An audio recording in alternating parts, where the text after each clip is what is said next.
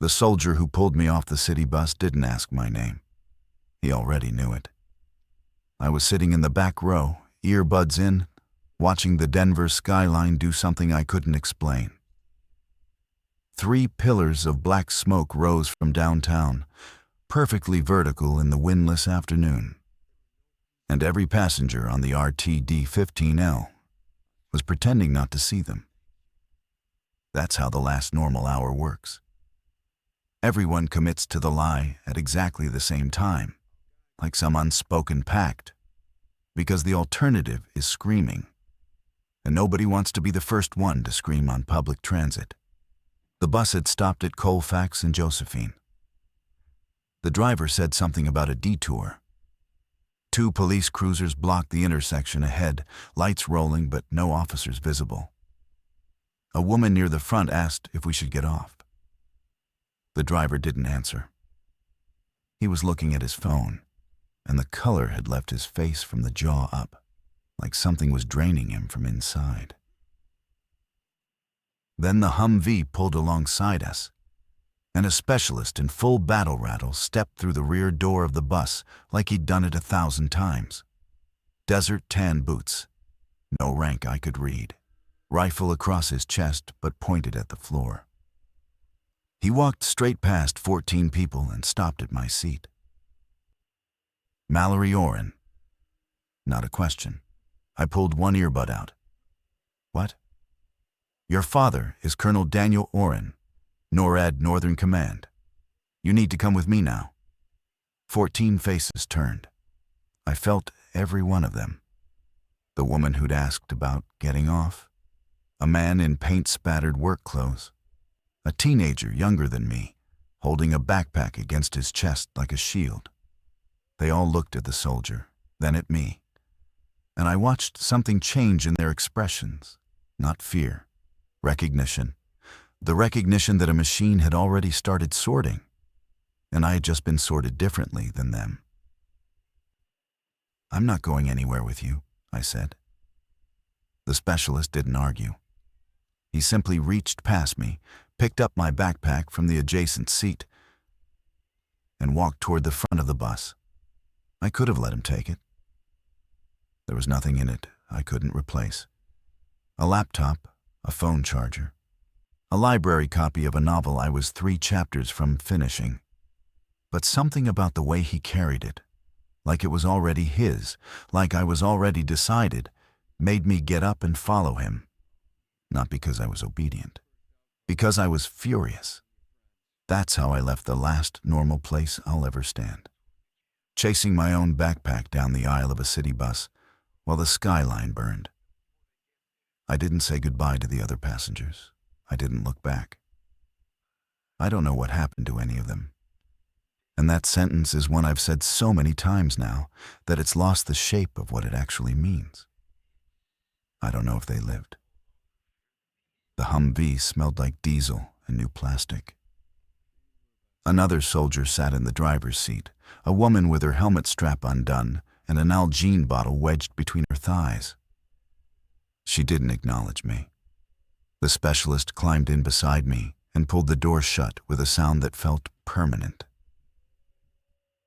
Buckle in. Where are we going? Cheyenne Mountain, AFS. Your father allocated you a civilian-dependent slot in the continuity bunker. We have... He checked his watch, a plain digital Casio that looked absurd on his wrist next to the plate carrier and the rifle. 11 hours and 6 minutes to get you inside before they seal. I didn't ask for a slot. He looked at me for the first time with something other than operational blankness. It was pity, and I hated it instantly. No, ma'am. He asked for it for you. The Humvee pulled away from the bus. In the side mirror, I watched the RTD-15L shrink, still parked at that intersection, its doors still open, its passengers still inside, still pretending. My name is Mallory Oren. I was 17 years old. I hadn't spoken to my father in 14 months, not since the divorce, not since I'd chosen my mother's apartment over his base housing. Not since I'd told him in a text message I wouldn't read his letters anymore. I'd spent a year constructing a life in which Colonel Daniel Oren was an abstraction. A signature on a custody document, a deposit in a bank account I refused to check. I was good at it. I was almost finished. And now a machine he controlled had reached across a burning city to pull me out of an ordinary seat and give me something no one around me would get. A chance to live. I didn't want it. Not from him. We hit the first checkpoint 11 miles south of the city. We're I-25 Narrows near Castle Rock. The highway was a geography I'd never seen before. 3 lanes of outbound traffic compressed into the shoulder and median. Headlights on in broad daylight, while our inbound lane was nearly empty. A few military vehicles, an ambulance running without sirens, a white van with a Red Cross emblem that had been spray-painted over the original logo of a catering company. The checkpoint was 2 Stryker vehicles parked nose-to-nose across the road, with concertina wire fanning out into the ditch on both sides. Soldiers in respirators stood behind them. Not gas masks. The medical kind with purple filters, N100s, the type you'd see in an ICU.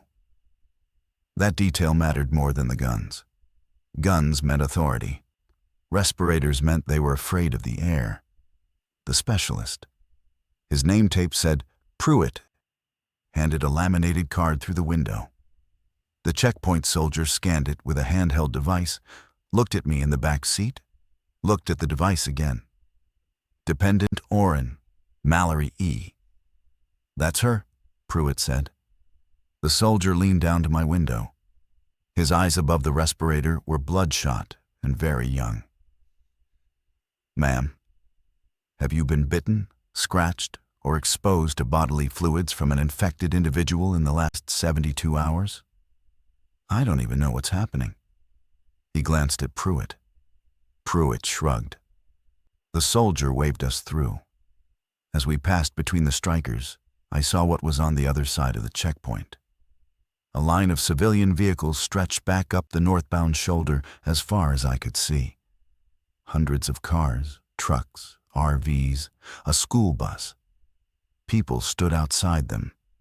Some held paper documents above their heads, waving them at soldiers who weren't looking. A woman sat on the hood of a sedan with 2 children in her lap.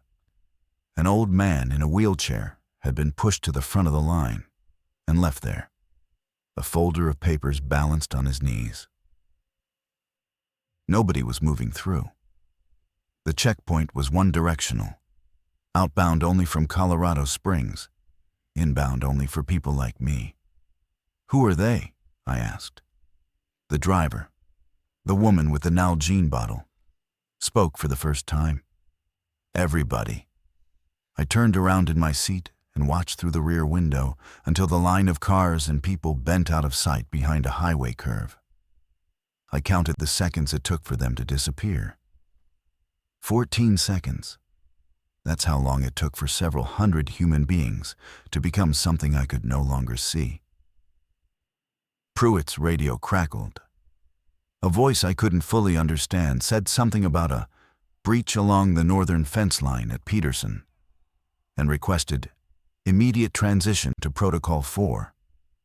Pruitt turned the volume down. What's Protocol 4? It's not your concern, ma'am. Stop calling me ma'am. I'm 17. He almost smiled. Copy. We drove in silence for 20 minutes. The landscape changed. Civilian cars thinned to nothing. Military vehicles increased, not just Humvees, but heavy transport trucks with canvas backs, fuel tankers, a flatbed carrying something covered in tarps and strapped down with chains. Everything moved south, with purpose. Nothing moved north. Then the driver braked hard enough to lock my seatbelt, and I saw why. A man stood in the center of the road. He wore a hospital gown, pale blue, open at the back. His feet were bare on the asphalt. His left arm hung at his side at an angle that meant something structural had broken, and no one had said it. He was maybe 40.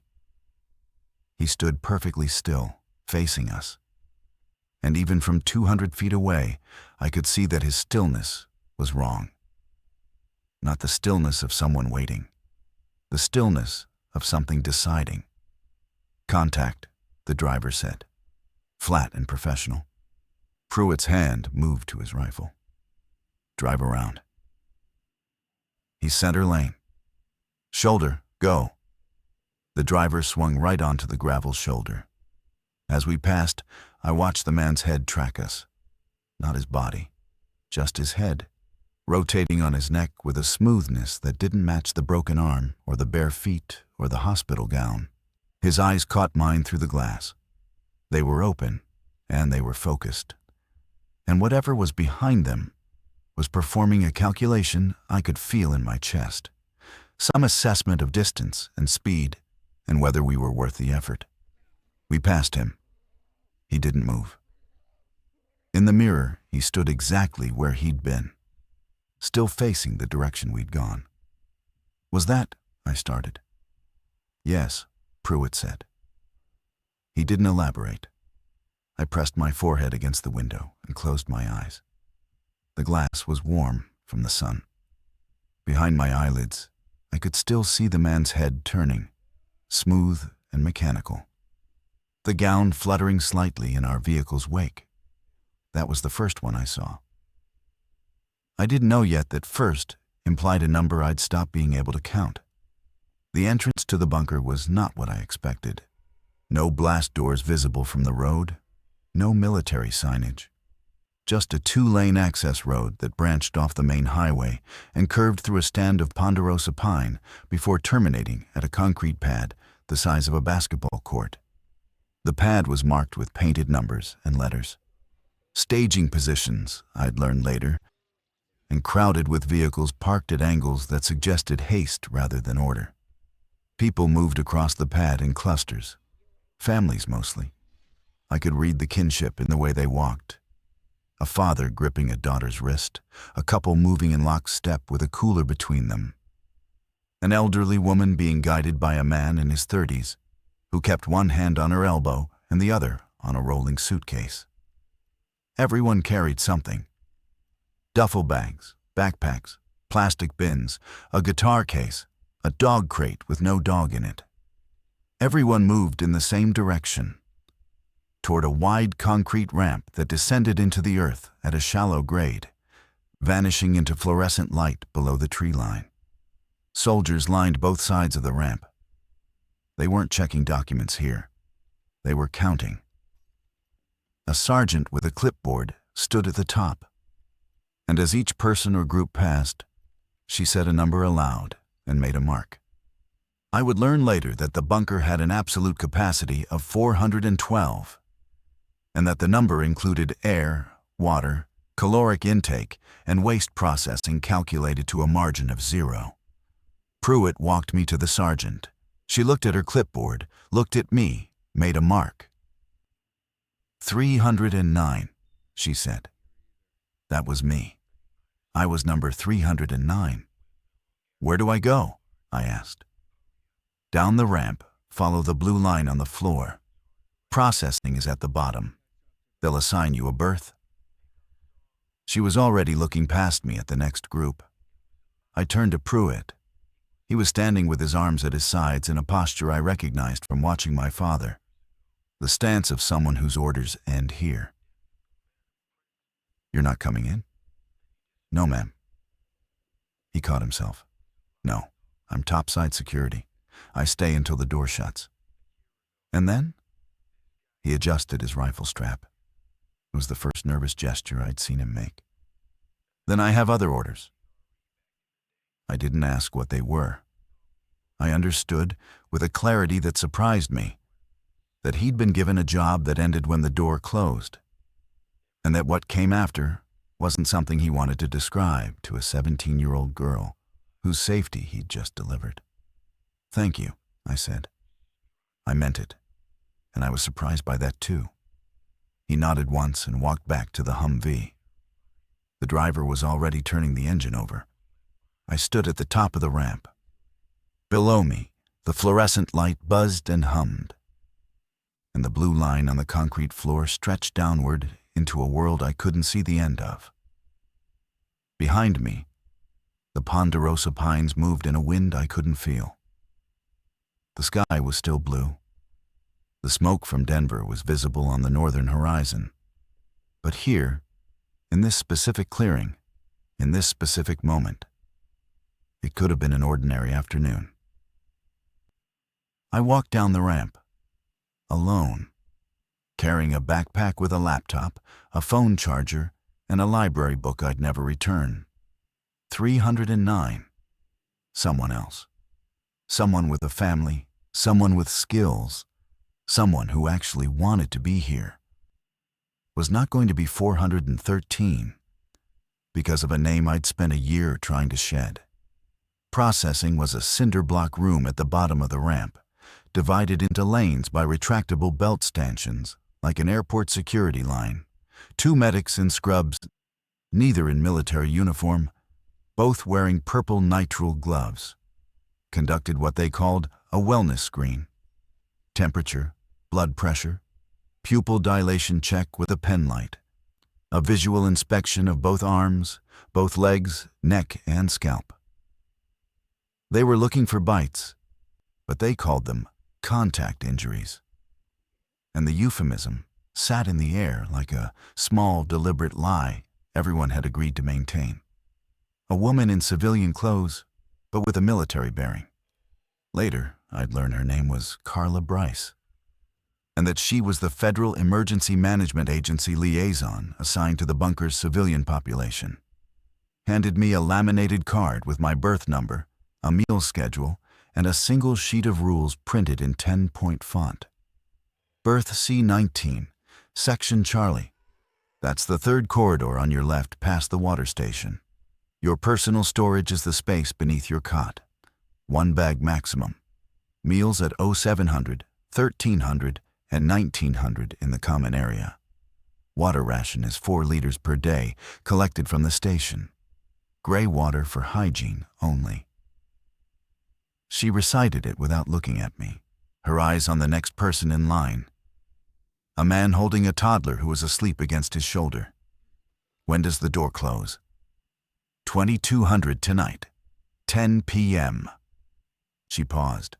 All personnel must be inside the blast perimeter by 21:30 for final count. No exceptions. Is my father here? She looked at me then. Something shifted in her expression. Not sympathy exactly, but the particular discomfort of someone who knows something they've been told not to share. Colonel Oren is coordinating topside operations. That's all I can tell you. Is he coming in? I don't have that information. She pressed the laminated card into my hand and turned to the man with the toddler. Sir, I need you to wake the child for the wellness screen. I walked into the bunker. It was larger than I'd imagined, but the size made it worse, not better. The main corridor stretched several hundred feet in both directions from the processing area. A concrete tube maybe 15 feet wide and 10 feet tall, lit by caged fluorescent fixtures bolted to the ceiling every 20 feet. The floor was smooth gray concrete with colored lines painted along its edges. Blue for civilian berths, red for medical, yellow for operations, green for supply. Side corridors branched off at regular intervals, each one marked with a letter. Alpha, Bravo, Charlie. The air was cool and carried a faint metallic taste, like the inside of a new car, but stripped of anything pleasant. People filled the corridor in various states of arrival. Some moved with purpose, following their colored lines. Others stood in clusters, talking in low voices or not talking at all. A boy about 12 sat against the wall with his knees up, playing a handheld game console with the sound off. An older couple stood near the water station holding paper cups and looking at each other with an expression I can only describe as rehearsed calm. The face you make when you've agreed not to frighten each other. Section Charlie was a long room with 20 cots arranged in 2 rows of 10. Each cot had a thin mattress, a wool blanket in olive drab, and a small pillow still in its plastic wrapper. Between every two cots stood a metal locker the size of a filing cabinet. The room smelled like concrete dust and something faintly chemical, insecticide, maybe, or preservative. It had been built during the Cold War, Carla had explained during processing, expanded twice, and mothballed in 2003. Reactivated 72 hours ago. 3 of the cots were already occupied. A woman in her 40s sat on the edge of C-17, unpacking a duffel bag with the precise, methodical movements of someone who organizes to avoid thinking. Across from her, on C-22, a man who looked about 60 lay on his back with his forearm over his eyes, either sleeping or performing sleep. And on C-20, the cot directly next to mine, a girl about my age sat cross-legged, her sneakers placed neatly beside the bed frame, braiding her hair with both hands while staring at the ceiling. I sat on C-19. The cot frame creaked. The girl next to me finished her braid and turned her head. "You look like you were arrested." "Close," I said. "Conscripted." She extended a hand. "Danielle Quezada. Danny. My mom's a water treatment engineer. That's why we're here." She tilted her head toward the woman on C-17 who was still unpacking. "She got 2 dependent slots. Me and my brother, except my brother's at college in Flagstaff and couldn't get to a pickup point, so his slot went to somebody on the wait list." She said it factually, the way you describe a seating arrangement. But her hands had stopped moving, and she was pressing her thumb into her opposite palm hard enough to blanch the skin. "I'm Mallory." "Mallory what?" I hesitated. "Orrin." Her eyes moved slightly. "Like Colonel Orrin." "Like his daughter." Danny's expression didn't change, but I watched her file the information somewhere behind her face. Not hostile, evaluative. She was deciding what that name meant in this context, and I couldn't blame her, because I was deciding the same thing. By 1900, the common area was full for the first time. It was a wide, low-ceilinged space at the junction of the main corridors, tables bolted to the floor in rows of 8. A serving counter along one wall. A public address speaker mounted above the clock. The clock was analog, military style, with a second hand that ticked audibly in quiet moments. It read 1900, exactly when the first meal was served. The food was MREs, still in their brown plastic pouches, distributed 3 per person from stacked pallets behind the counter. A soldier tore the top of each pouch and handed it across without comment. Mine contained beef stroganoff, wheat bread, a packet of peanut butter, and a lemon-lime drink mix. I ate at a table with Danny and her mother, whose name was Rosa. Rosa ate methodically, reading the nutritional label of each component before opening it. And I understood within minutes that her precision wasn't compulsive, but professional. She was already calculating resource depletion rates in her head. 412 people, Rosa said, at roughly 2,200 calories per day. If the MRE supply is what I'd spec for a facility this size, we have 90 to 120 days of full rations. After that, it depends on whether the hydroponic bay is functional. "There's a hydroponic bay?" Danny asked. "There's supposed to be. Cold War era, probably decommissioned. Whether anyone thought to restock it in 72 hours is the question." The public address speaker clicked. "Attention all residents. This is Director Carla Bryce, FEMA Civilian Liaison. The facility seal is scheduled for 2,200 hours tonight. All persons not inside the blast perimeter by 21:30 will not be admitted after seal. There are currently 381 persons inside. 31 allocated slots remain open. If you are aware of an allocated individual who has not arrived, please report to processing. The seal is irreversible. I repeat, the seal is irreversible. Once closed, the blast doors cannot be reopened from inside or outside. This is by design. Thank you. The speaker clicked off. The common area was silent for 4 seconds. Then conversation resumed. Louder than before, the volume increased proportional to the fear. 31 slots, 3 hours. Somewhere above us, 31 people were either in transit or not coming. And each minute that passed converted a living possibility into an empty cot. I thought about Pruitt, standing topside with his rifle, waiting. I thought about Danny's brother in Flagstaff. I thought about the people at the Castle Rock checkpoint, holding their documents in the air, and whether any of them had allocated slots they couldn't reach in time. I thought about my father. "He's not coming in," I said. I didn't realize I'd said it aloud until Rosa looked at me. "Who?" "My father, Colonel Orrin. He's topside. He gave me his slot."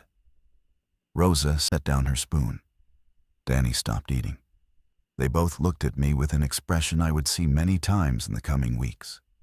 The specific, uncomfortable recognition that my presence in this bunker had a price. And the price was a person. And the person was identifiable. "You don't know that," Danny said. "He's not on the list. Carla said he's coordinating topside." "Coordinating topside doesn't mean he's not coming in. Officers coordinate until the last minute. That's their job." She was being kind. I recognized it and resented it in equal measure. Because kindness that requires inaccuracy is just a slower way of lying. The clock on the wall ticked. 1914. 2 hours and 46 minutes until the world split into inside and outside, and the division became permanent. I finished my beef stroganoff. It tasted like salt and cardboard and someone's best effort under impossible circumstances.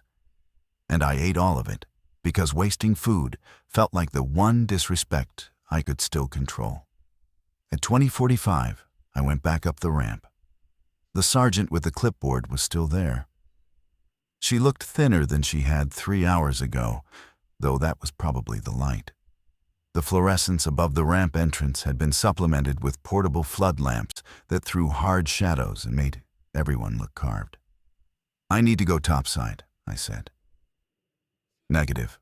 Civilian movement is restricted to below the blast line after 2000. I need to see Colonel Orrin." Her pen stopped moving. "You're the colonel's daughter." "Yes." She looked down the ramp, then back up toward the concrete pad, where I could see the last edge of evening sky. Bruised purple, an ordinary sunset color that no longer felt ordinary. The pad was quieter now. Fewer vehicles. A knot of soldiers stood near the tree line, rifles oriented outward, watching the road. "He's at the command vehicle. 200 meters north of the pad. I can radio him." "I want to see him." "I can't authorize that." She held my gaze. "But I can put you on the radio." She unclipped a handset from her vest and keyed it. "Topside actual, this is ramp control. I have Dependent Orrin requesting voice contact with Condor 6.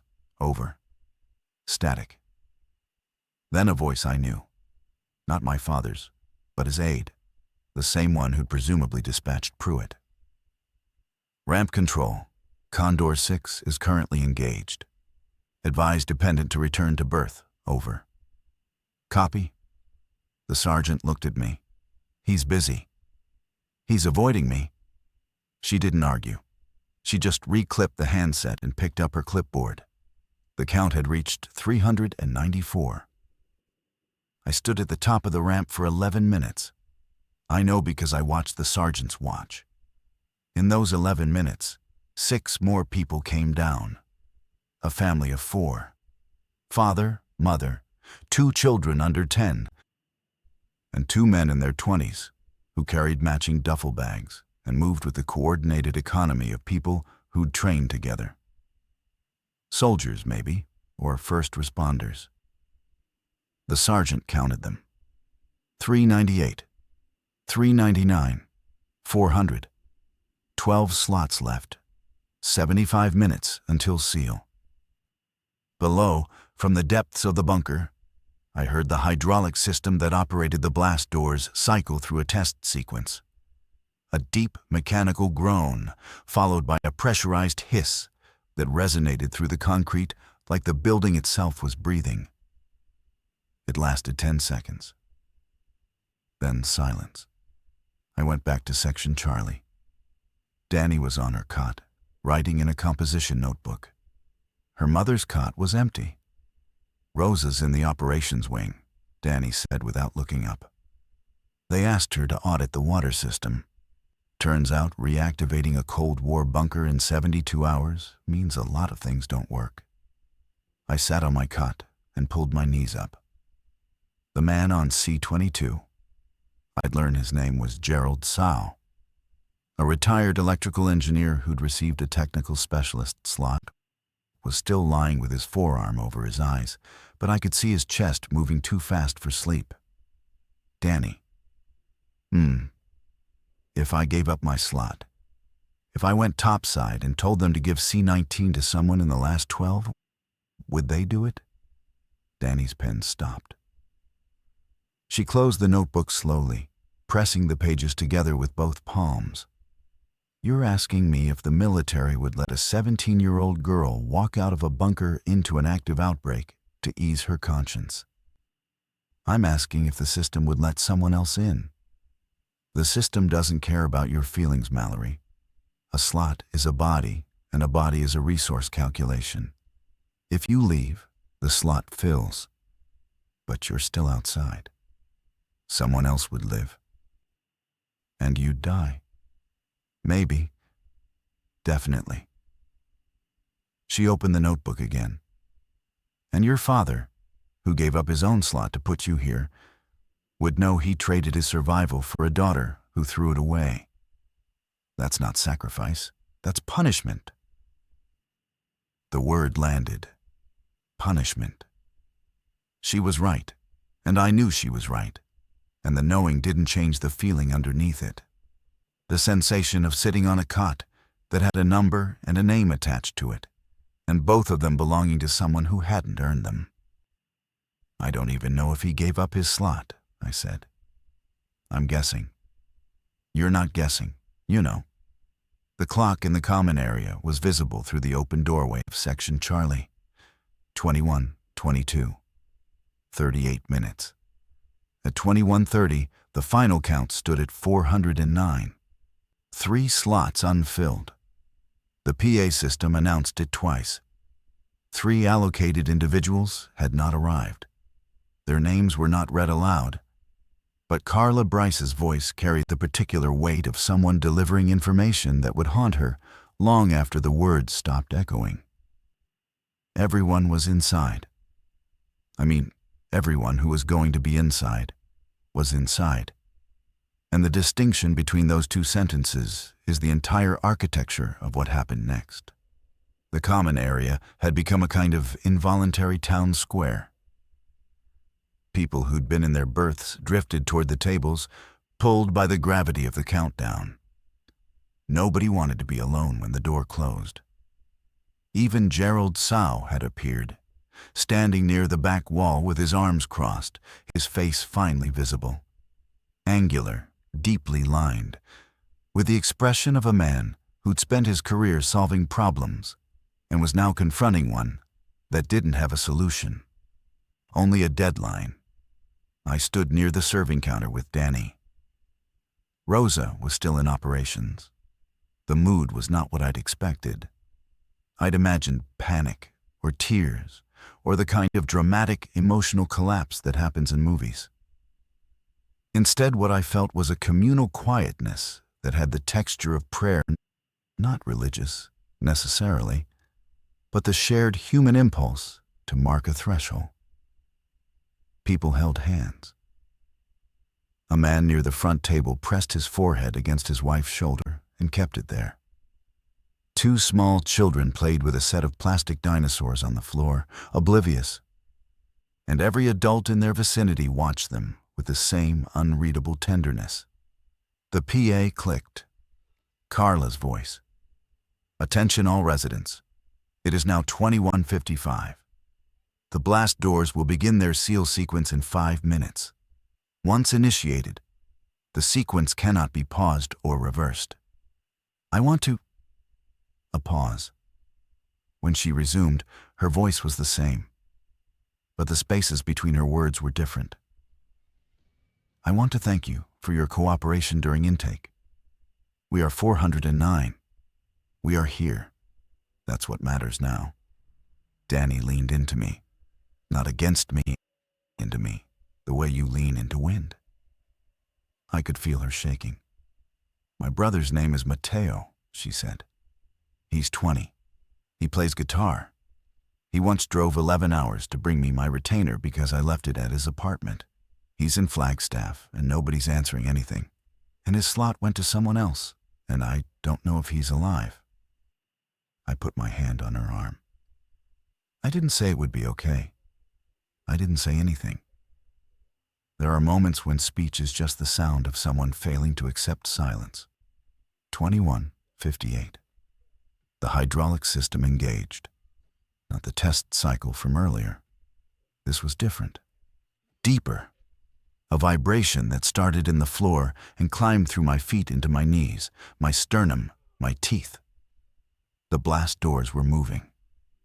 Somewhere above us, in the ramp I'd walked down 6 hours ago, thousands of pounds of steel and reinforced concrete were sliding into position along tracks that had been engineered during the Cuban Missile Crisis to survive a nuclear detonation. They hadn't been designed for this. They'd been designed for a war between nations. What they were sealing out now was something no Cold War planner had imagined. The vibration intensified. The fluorescent lights flickered, not from power loss, but from the physical tremor running through the structure. A child started crying. Someone shushed them. The plastic dinosaurs on the floor vibrated across the concrete in a slow migration toward the wall. Then a sound. Not from the doors. From the PA.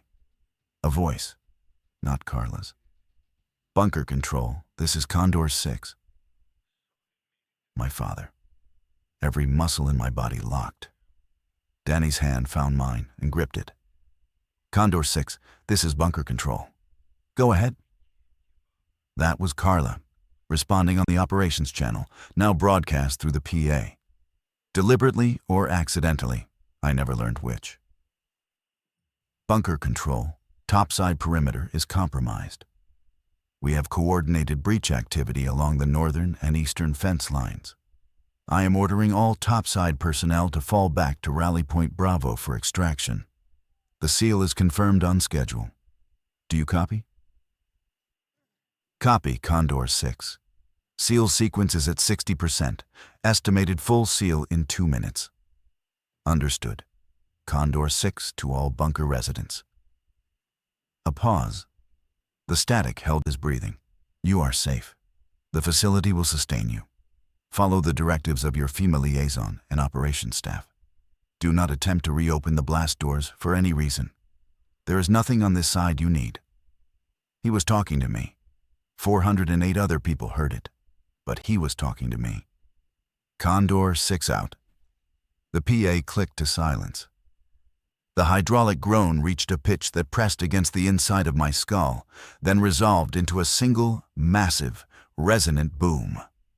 The sound of the blast doors meeting their frame for the first and final time. The vibration stopped. The lights steadied. The air pressure in the room changed to a faint pop in my ears, like a plane reaching altitude. Sealed. I was underground with 408 strangers, a laminated card, a cot in Section Charlie, and the sound of my father's voice telling me there was nothing on his side I needed. And I knew with the certainty you can only have about someone you've spent a year refusing to love. that he'd said it because he knew I'd try to open the door if he didn't. The first night was the longest, not because anything happened, but because nothing did. And the nothing had a weight to it that pressed down on every surface. After the seal, people dispersed slowly, the way a congregation leaves after a funeral. Reluctant, directionless, unsure whether the formal part was over or just beginning. Carla made one more announcement. Lights in the birth sections would dim at 2300 and brighten at 600. Water station was available at all hours. Medical bay was staffed around the clock in the red corridor. "Please rest," she said. "Tomorrow will require you." I lay on my cot and listened to Section Charlie settle. The woman on C-17, I still didn't know her name, only that she wasn't Rosa, who hadn't returned from operations, breathed in the shallow, irregular pattern of someone pretending to sleep. Gerald Sow on C-22 turned over every 4 minutes with mechanical regularity. Danny, beside me on C-20, lay on her back with her notebook open on her chest, her eyes open, her lips moving without sound. Counting maybe, or praying, or reciting the names of people she'd never see again. I stared at the ceiling. The caged fluorescence had dimmed to a blue-gray twilight that turned the concrete the color of old bone. A ventilation duct ran the length of Section Charlie, and the air that came through it carried a faint, cyclic hum, the sound of the filtration system breathing for us, in and out. Mechanical, reliable, and completely indifferent to the 409 lives depending on it. My phone had no signal. Of course it didn't. I'd known that intellectually, but the moment I saw no service in the corner of the screen, something in my chest constricted. Not because I needed to call anyone. Because the absence of signal was the absence of the world. The entire electromagnetic web that connected 8 billion people to each other had been, for me, severed. I was on a rock in space with 408 other people, and the rock was 60 feet underground, and the sky was concrete. I opened my photos. The last picture I'd taken was 3 days ago, a latte with a leaf pattern in the foam, photographed from above at my mother's kitchen table. The table was visible at the edges. Scratched wood, a stack of mail, the corner of a newspaper. An ordinary image of an ordinary moment that no longer existed. My mother was in that apartment, in Denver, under the smoke. The thought arrived whole and without mercy, and I turned onto my side and pressed my face into the pillow and held myself still until the shaking passed. I didn't cry. I refused to cry. Not out of strength, but out of a specific, furious unwillingness to begin something I knew I couldn't stop. Danny's hand appeared over the edge of my cot. She didn't reach for me. She just placed her hand there, palm up, like an offering. I took it. We held on in the dark, 2 girls who'd met 6 hours ago, connected by adjacency and the shared understanding that everyone we loved was on the wrong side of a door that would never open. At some point, I slept. I know because I woke.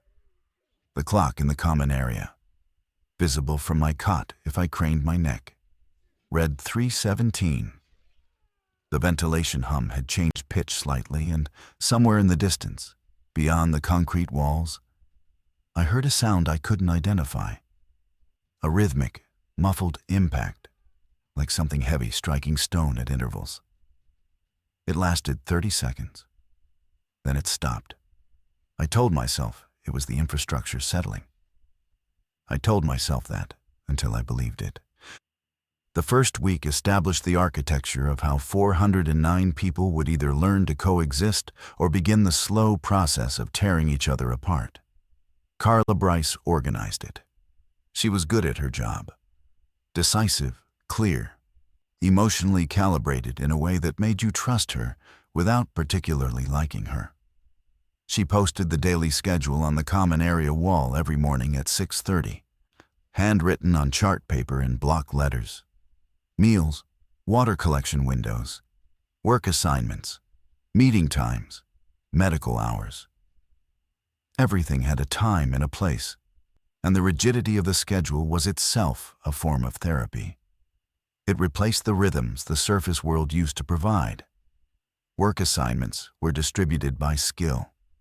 Rosa Quezada was assigned to the water treatment plant, a compact system in the operations wing that recycled gray water and purified a reservoir fed by an underground spring.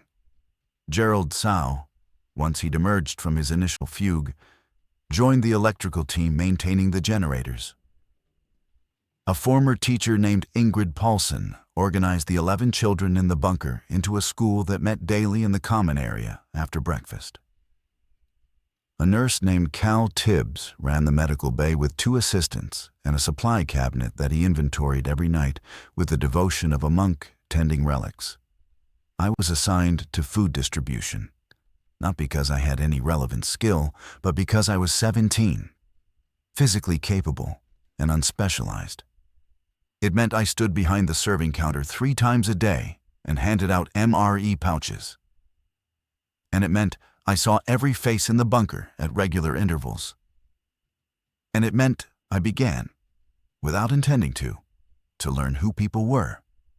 There was a woman named Sandra Okafor, birth a 05, who always took the vegetarian option and said, "Thank you, sweetheart," to me each time, with a warmth that made me feel like I'd been blessed by a stranger. There was a man named Phil Kessler, birth B12, who never spoke during meals, but stood at the back of the line and waited until everyone else had been served before approaching, as if he believed his hunger was less legitimate than others. There were the Chen twins, Maya and Lily, age 8, who had been separated from their mother during the Denver evacuation and brought to the bunker by an uncle who slept on his cot facing the wall and answered questions with single words.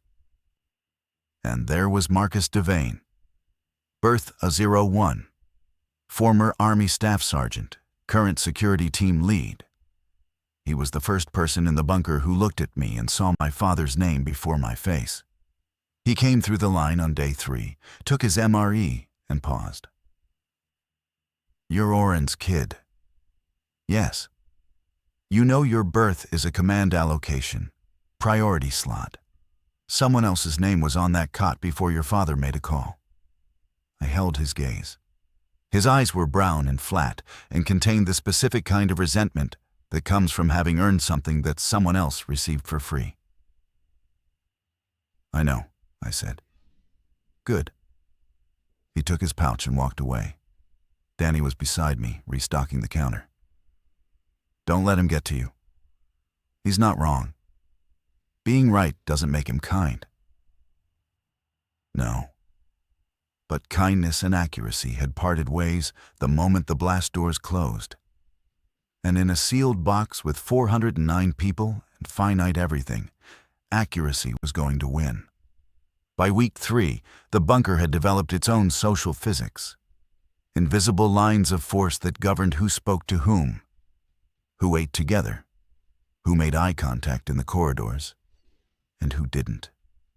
Like any small community under pressure, it organized itself not by the structure Carla imposed, but by the deeper, older structure of grievance and affinity. The grievance was simple, and it was about me.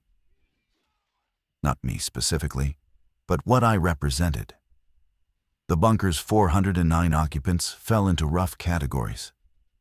Technical specialists recruited for essential skills, their allocated dependents, military personnel assigned to internal security and operations, a small number of government officials whose continuity of function status granted them entry, and approximately 30 individuals who'd been added through what the system called command discretionary allocation.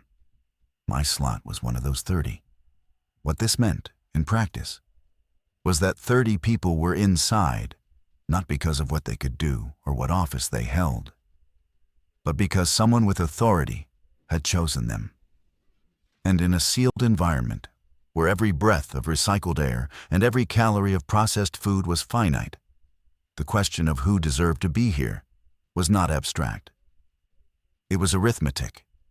Marcus Devane crystallized it, not through speeches or confrontation. He was too smart for that. He did it through proximity and repetition. A comment here, a question there. Always to someone else, always within earshot. Funny how the water engineer's daughter got a slot, but Peterson's wife in Colorado Springs didn't. I wonder how many technical applicants got bumped for discretionary ads. Nothing against anyone personally, just math. It worked because it was true. Not entirely true. The discretionary slots included a pediatrician, a structural engineer, and a chaplain whose presence had measurably stabilized the bunker's emotional climate. But partial truth is the most effective kind, because it gives people permission to feel what they already feel and call it reason. By week 3, I could feel it at the serving counter. Not hostility, something worse, assessment. People looking at me and calculating what I cost, not in malice, but in the genuine, survival-driven accounting that sealed spaces produce. Every person in the bunker was, at some level, asking the same question. Is everyone here worth what they consume? And for the discretionary 30, the answer had to be proven daily in a way it didn't for the military. I started working double shifts. Not because Carla asked, because I needed to fill the space between what I was and what my slot represented.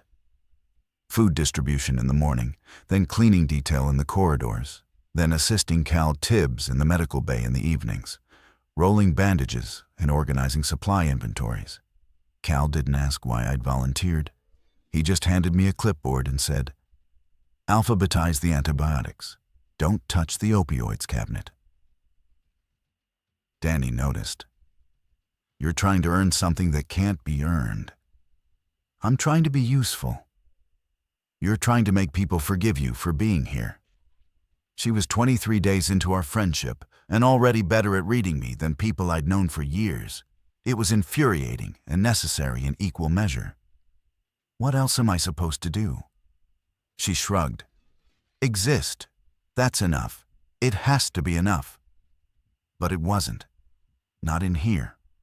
Down here, existence wasn't a right. It was a resource allocation. And I was a line item that didn't balance. The crisis came on day 29, and it didn't come from outside. Rosa discovered the water contamination during a routine test.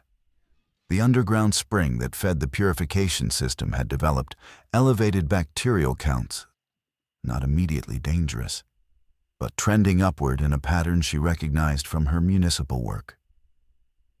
The cause was a hairline fracture in one of the reservoir's concrete walls, allowing ground seepage to bypass the filtration stage.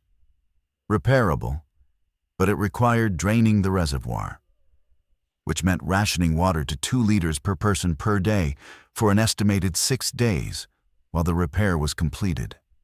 Carla announced it at the evening meal. She was precise, calm, factual.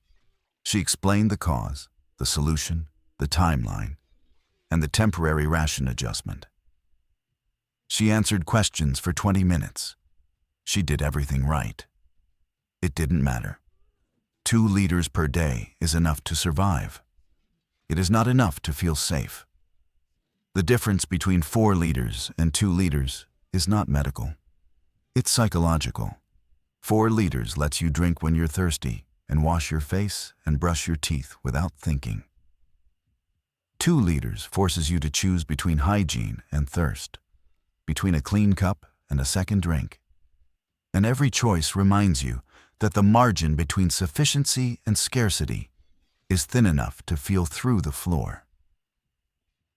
Within 2 days, the mood in the bunker had shifted from structured unease to something sharper.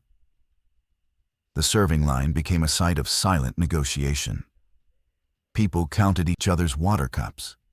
A man in Section Alpha accused his berthmate of drinking from the station outside his scheduled window, and the argument escalated until Marcus Devane's security team had to physically separate them.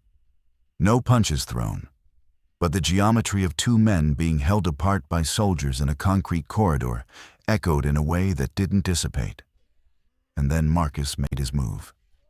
He called it a community forum. Not a protest, not a mutiny, a forum. He posted a sign in the common area inviting all residents to discuss equitable resource allocation during the rationing period. At 1900, on day 31. Carla could not stop it without appearing authoritarian. She attended, I attended, everyone attended, because in a sealed box, there is nowhere else to be. Marcus stood at the front of the common area. He was measured, articulate, and precise. He didn't raise his voice. He acknowledged Carla's leadership. He praised Rosa's engineering. He framed his concern as procedural, democratic, community-spirited. Then he said it. We have 409 people in this facility. Roughly 380 were selected based on skills, essential functions, or direct family ties to essential personnel.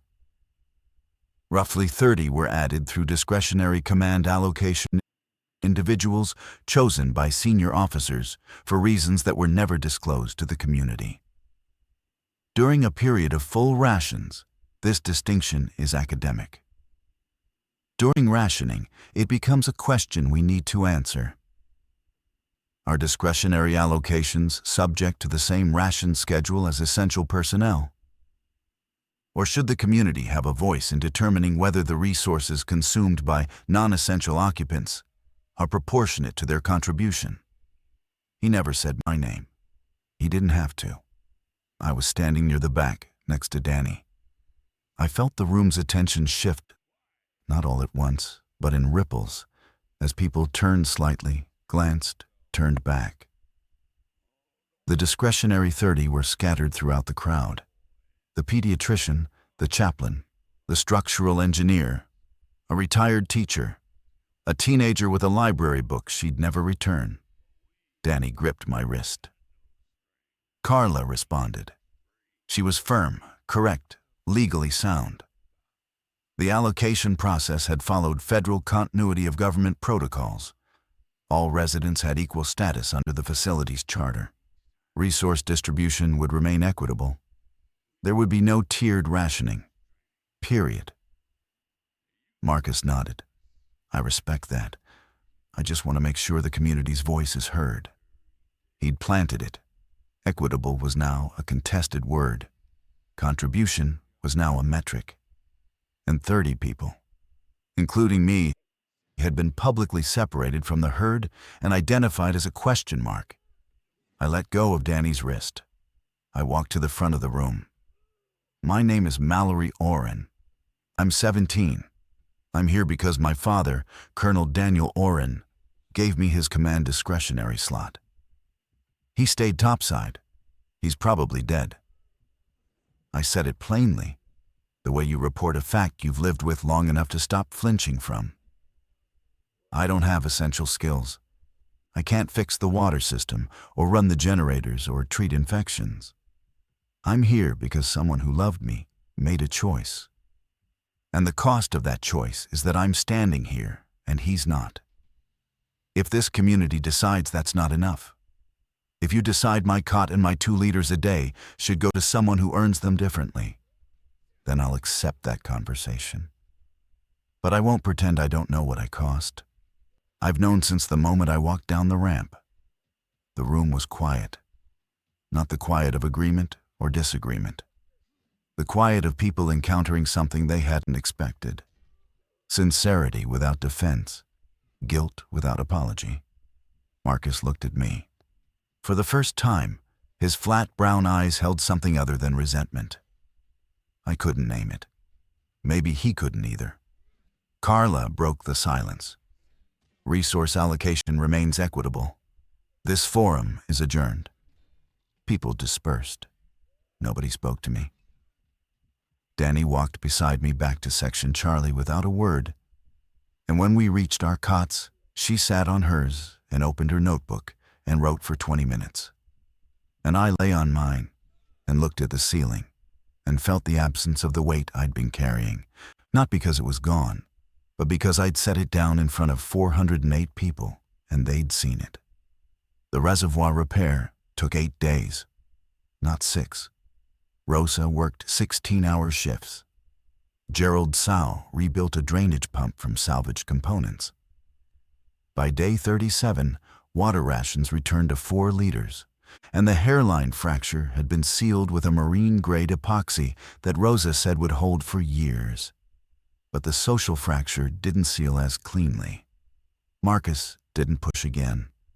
After the forum, he withdrew into his security role with a professionalism that was either genuine or tactical.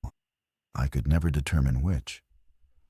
The explicit hostility toward discretionary residents faded, but the implicit awareness didn't. People knew. They knew who was essential and who was chosen, and that knowledge lived in the space between interactions like a frequency just below hearing. What changed instead was something I didn't anticipate. People began talking to me. Not about the forum, not about my father, not about the discretionary slots, about ordinary things. Sandra Okafor asked me to help her sort the donated books that had accumulated in the common area into a makeshift lending library. Phil Kessler, the man who always served himself last, started arriving early to the serving line and standing near the counter while I set up, not talking, just present, occasionally handing me a stack of pouches. The Chen twins brought me a drawing they'd made in Ingrid's school, a picture of the bunker, rendered in crayon, with a yellow sun above it that couldn't possibly exist underground, but that they'd drawn anyway, because children will insist on light even when the architecture forbids it. Cal Tibbs gave me more responsibility in the medical bay. He taught me to take blood pressure, to read a thermometer, to recognize the early signs of dehydration.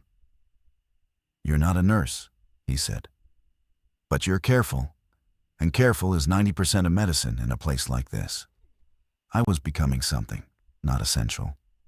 That word belonged to Rosa and Gerald and Cal and the others whose skills kept us alive.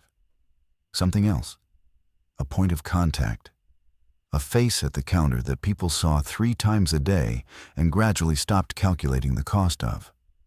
The forum had converted me from an abstraction, colonel's daughter, discretionary slot, line item, into a person who had stood in front of them and said the uncomfortable thing aloud.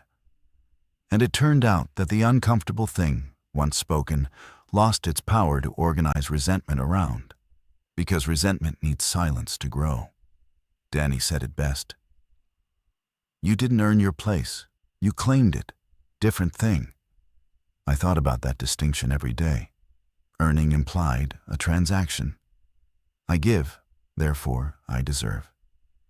Claiming implied something harder. I am here, and I will live as if that's enough. And I will make it true by how I live. It wasn't a philosophy. It was a practice. And it required getting up every morning in a concrete room 60 feet underground and walking to the serving counter and handing Sandra Okafor her vegetarian MRE and saying, "You're welcome," when she called me sweetheart, and meaning it, and letting it be ordinary. On day 44, a new sound came through the ventilation system. Not the muffled impacts I'd heard the first night. Those had continued intermittently for 2 weeks, and then stopped, and I'd learned to sleep through them. This was different. This was a voice. Faint, distorted by the ductwork, stripped of words by the time it reached Section Charlie. But human. A voice from outside the bunker, reaching us through the air system's intake vents, which drew from a filtered shaft that extended to the surface. Gerald Sow heard it too. He sat up on C-22 and held perfectly still, his head tilted, his electrical engineer's mind already tracing the acoustic pathway. "That's someone at the surface intake. Can they get in?" I asked. "No. The intake is a 6-inch pipe with a HEPA filter housing. Nothing human-sized, but sound carries. He paused. They're calling for help. We listened. The voice rose and fell in cadences that suggested speech, maybe shouting, but the words were compressed into unintelligible rhythm by the time they reached us. It lasted 4 minutes. Then silence. Gerald lay back down. There's nothing we can do. He was right. And the rightness of it sat in the room like a third person, breathing our recycled air, reminding us that safety is just a word for the distance between you and someone you can't reach. Day 61. More than 2 months underground. The bunker had found its rhythm, or its rhythm had found us. The distinction blurred when every day was a closed loop of the same fluorescent light, the same concrete corridors, the same 409 faces. Except it wasn't 409 anymore. Gerald Sow died on day 48. Not from violence or infection or deprivation. A stroke.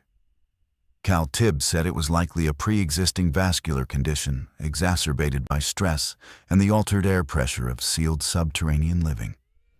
He died at 2 o'clock on his cot in Section Charlie, quietly, without waking anyone. Danny found him in the morning when she noticed his chest wasn't moving. He looked peaceful, which is the thing people always say and which is always inadequate. Because peacefulness is a condition of the living. And the dead are neither peaceful nor unpeaceful. They are simply absent. We buried him in the deepest utility corridor, wrapped in his blanket, in a grave marked with his name and dates written on a piece of duct tape stuck to the concrete wall. The chaplain, Father Moran, one of the discretionary 30, said words. People attended. Not everyone, but enough. Enough to make it an event, a communal acknowledgement that Gerald Sow had been here and was not here now, and that the difference mattered. 408. The number felt different than 409. Not significantly different. One person in 400 is a fraction so small it shouldn't register. But it did. Because subtraction in a sealed system only goes one direction, and everyone understood, silently and simultaneously, that the number would only get smaller. The springs of our survival ran in one direction. I thought about my father.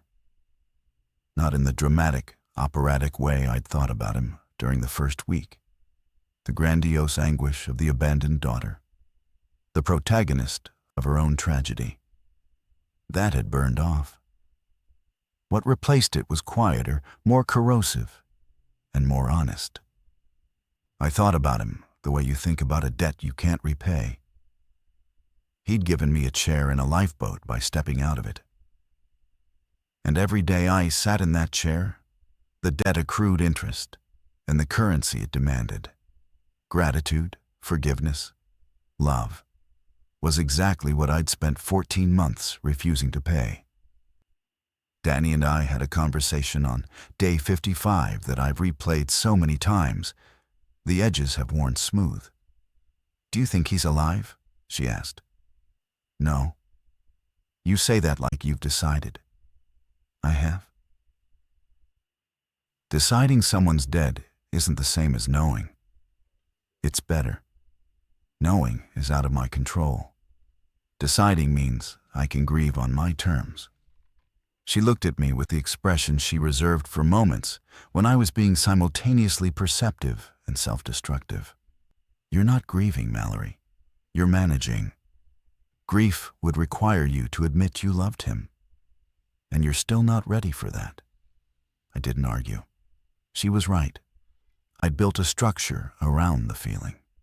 A clean architectural grief, organized and contained. The kind you can carry without stumbling. Real grief is messier than that. Real grief is the latte photo on my phone. It's the library book under my cot.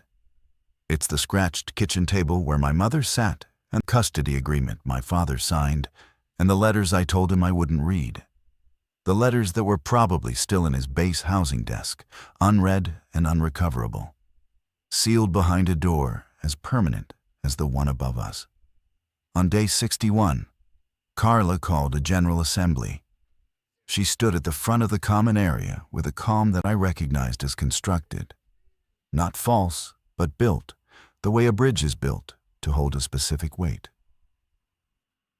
I want to share some information with you. Our communications equipment has picked up intermittent radio traffic from the surface. The signals are fragmented and heavily degraded.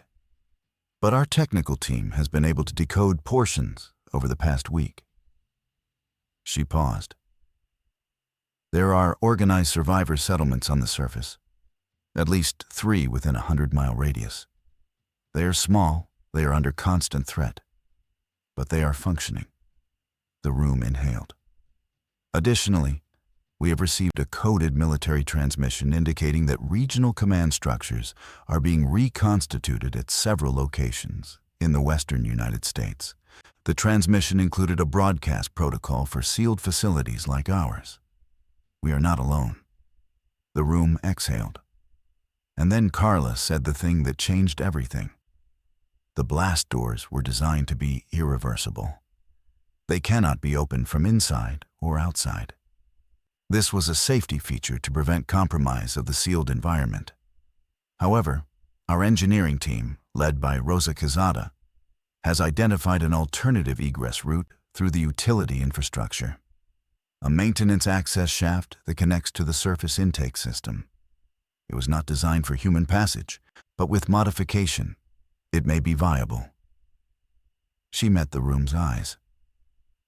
The question before this community is whether we modify the shaft and attempt to establish contact with the surface settlements, or whether we remain sealed and sustain on our current resources. It was the opposite of the first seal. That had been imposed. A countdown, a decision made for us by engineers and officers and the machinery of federal continuity planning. This was a choice.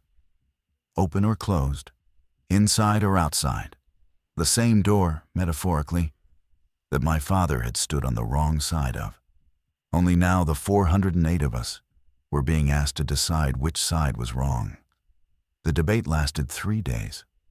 It was the most democratic thing I'd ever witnessed, and also the most frightening. Carla organized it into structured sessions. Arguments for opening, arguments for remaining sealed, technical briefings from Rosa on the shaft modification, medical assessments from Cal on surface exposure risks. Everyone who wanted to speak could speak. 3 minutes per person. A list posted on the wall each morning. The arguments for remaining sealed were strong. The bunker had food for another 60 days at current rations. Water was stable after Rosa's repair. Medical supplies were adequate. The air filtration worked. The known threats, infection, violence, environmental collapse, were all on the surface. Every risk was out there. Every certainty was in here. The arguments for opening were different. Not stronger necessarily, but different in kind. They weren't about survival arithmetic. They were about what survival meant. Father Moran spoke about purpose and the obligation to reconnect with the larger human community. Ingrid Paulson spoke about the 11 children and what it meant to raise them in a sealed concrete box with no horizon. Phil Kessler, quiet, last in line Phil, stood up and said 6 words that carried more weight than any technical briefing. My daughter is out there somewhere. Sandra Okafor said, "We came here to survive. Surviving isn't the same as living." Marcus Devane surprised everyone. He spoke for opening, not with passion, with the flat, analytical cadence of a man who'd run the numbers and found them insufficient. Sealed environments degrade. Not on day 60, on day 200, on day 300. Morale, maintenance, health, social cohesion. Everything decays in a closed system. We open now while we're strong, or we open later when we're not. And Rosa, her expertise precisely calibrated to convey what was knowable and what wasn't. The shaft modification will take approximately 2 weeks. It will accommodate one person at a time. It exits into a forested slope approximately 300 meters from the original entrance. I can make it safe. I cannot make it reversible. Once modified, the shaft compromises our air seal. We would need to install a secondary barrier, which would take additional time and materials we may not have. In practical terms, opening the shaft means committing to surface contact. It is not a window we can close again. On the 3rd day, Carla called for a vote. Paper ballots, hand-counted by 3 volunteers. One question: modify the maintenance shaft for surface egress. Yes or no? I voted yes. Not because I was brave, because I was my father's daughter. And he had chosen the outside, and I finally understood. 61 days too late, 14 months too late, a lifetime too late. That choosing the outside was the same as choosing the people out there over the safety in here. And that was what love looked like when it was too large for a bunker to contain. The vote was 271 to 137. The shaft would be modified. Rosa began work the next morning. 2 weeks later, on day 77, the shaft was ready. A narrow, vertical passage reinforced with salvage steel bracing, 31 feet from the utility corridor, to a camouflaged exit point in a hillside thick with ponderosa pine. Rosa had rigged a rope and pulley system for the ascent. One person at a time. Tight, dark, possible. I volunteered for the first ascent. Anon. Carla hesitated. Marcus Devane said, "Let her go." It was the closest thing to an apology I would ever receive from him, and I took it. The shaft was exactly as narrow as Rosa had warned.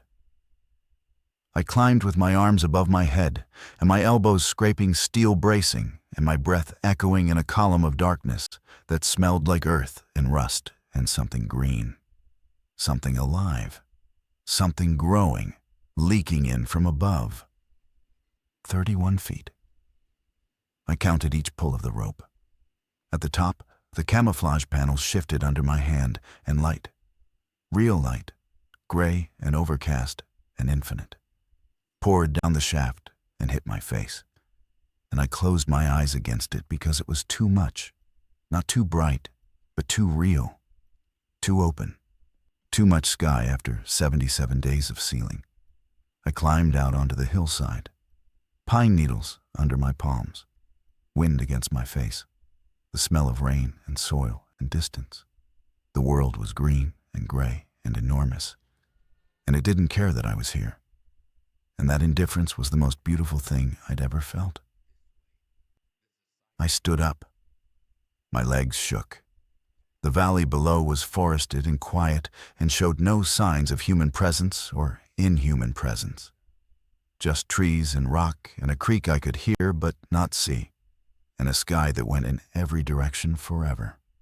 I pressed the radio Cal had given me, a handheld unit tuned to the frequency the bunker's communications team had identified. "This is Mallory Oren, calling from the Cheyenne Mountain Civilian Continuity Facility. We are 408 people. We are underground.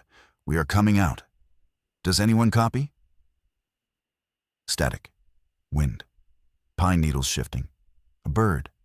A real bird, alive and flying and oblivious. Crossed the sky above me. Then a voice.